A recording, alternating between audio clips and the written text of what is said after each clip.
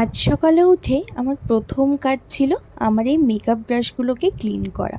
Clean তো করা হয়ই সব সময়, তবে সেটা ইনস্ট্যান্ট। ডিপ ক্লিনটা অনেক দিন যাবতই হয়েছে, করা হয়ে ওঠেনি।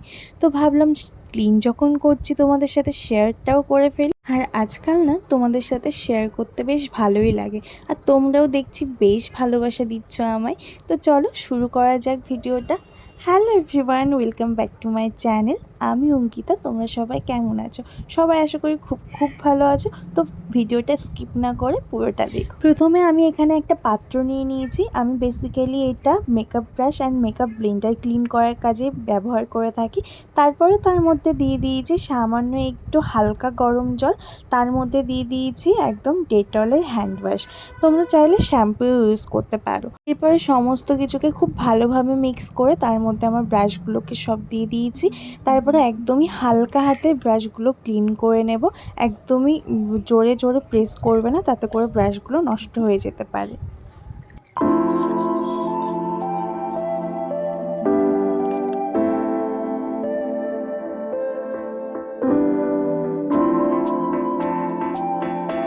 তারপর জলটা দেখেছো কী অবস্থা হয়েছে? একদমই দেখে মনে হচ্ছে যেন দুধ চা বা কফি, তাই না? যাই হোক, তারপর আবার আমি নতুন করে ক্লিন ওয়াটার নিয়ে নিয়েছি। তার মধ্যে একে একে সমস্ত ব্রাশগুলোকে আবার ভালোভাবে ক্লিন করে নিচ্ছি।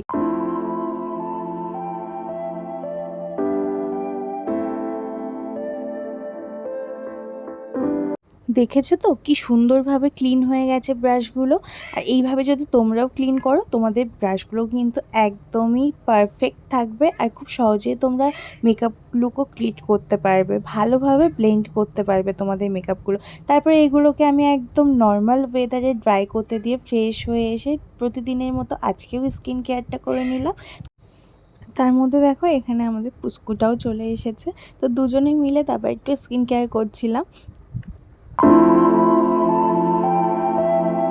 আর এখন যেহেতু বাইরে প্রচণ্ড গরম পড়েছে, তাই একদমই লাঞ্চ করতে ইচ্ছে করছিল না।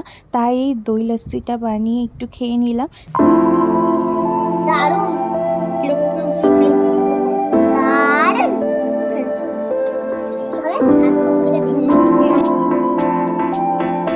আর আজ ছিল একটা স্পেশাল দিন।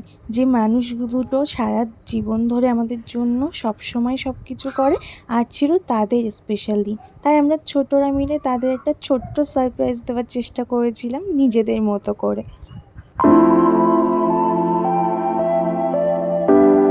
কি দুর্ভাগ্য দেখো, বাড়ির এত কাছে কেকটা ঠিকঠাক করে আনার পরও রাস্তায় হঠাৎ করে একটা বাইক এসে এমনভাবে কেকটার সাথে ধাক্কা খায় যে কেকটা এরকম বিচ্ছিরিভাবে ভেঙে যায়।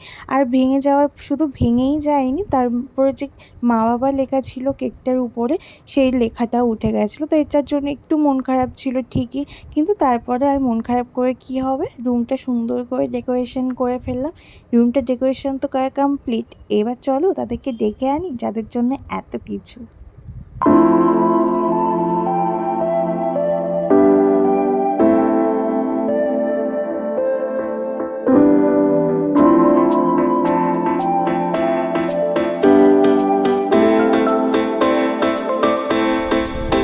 দুজনেই কিন্তু এই সব কিছুতে বেশ খুশি হয়েছিল।